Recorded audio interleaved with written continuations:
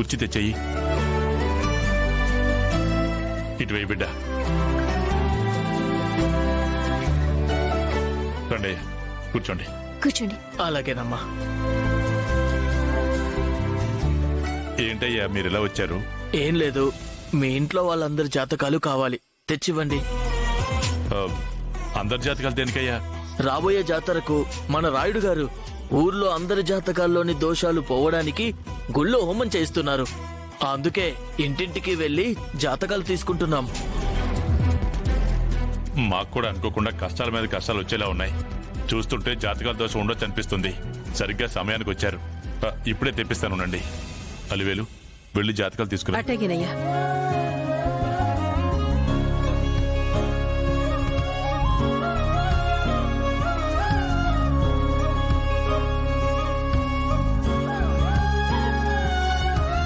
తెస్తున్నావా? వస్తున్నానయ్యా.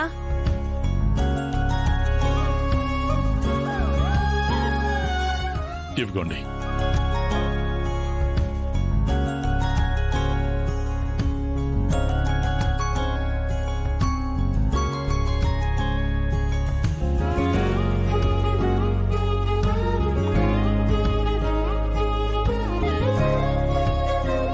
అలివేలెవరు? నా భార్య. నేనే. శ్రీవాణి నా పెద్ద బిడ్డ.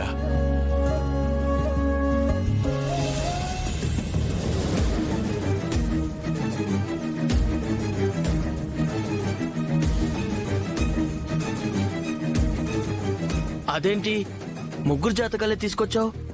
తనది లేదా? అంటే తను మీ అమ్మాయి కాదా?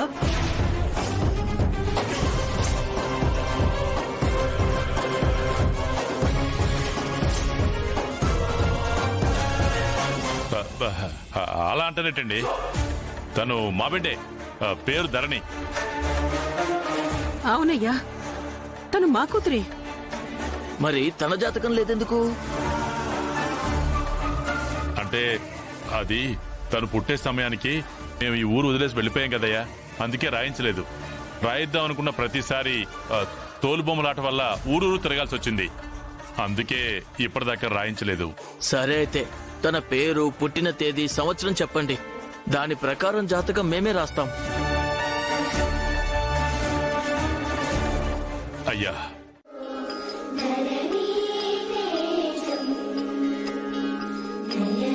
ఏంటి అలా చూస్తున్నారు?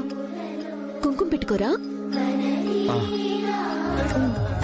స్వయంవరం అనేది హోమాయ స్వయాన పోరు వీలు లేదాయే మబంతబద్దిగమ్మరి మనస్సులేముడేయు వేలాయ శివాస్త్రధారణేన కొలతాయే. రాయుడు గారు, మనసులో బాధని పెట్టుకుని కృంగిపోకండి. రాముడికి ఉడత సాయంలా నా వంతుగా నేను కూడా నీ బాధని పోగొట్టడానికి ఏదైనా చేస్తాను. మా కష్టాలు తీర్చిన మీరు ఎప్పుడూ సంతోషంగా ఉండాలి. వస్తాను రాయుడు గారు. రండయ్యా, అదిగోండయ్యా.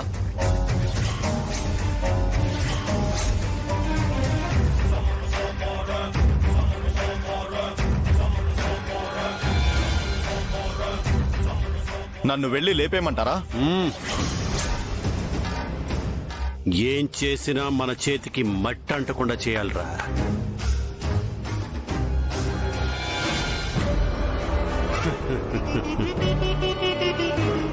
ఇక దాన్ని ఎవ్వడూ కాపాడలేడు.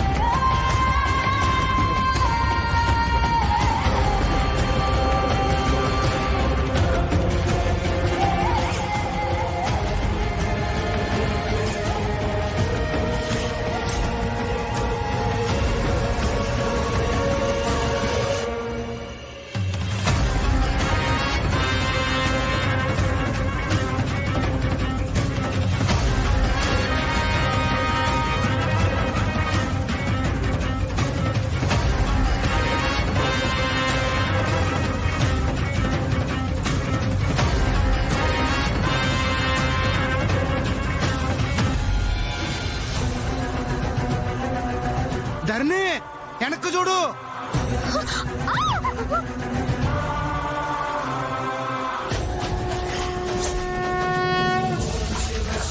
ఓం శివ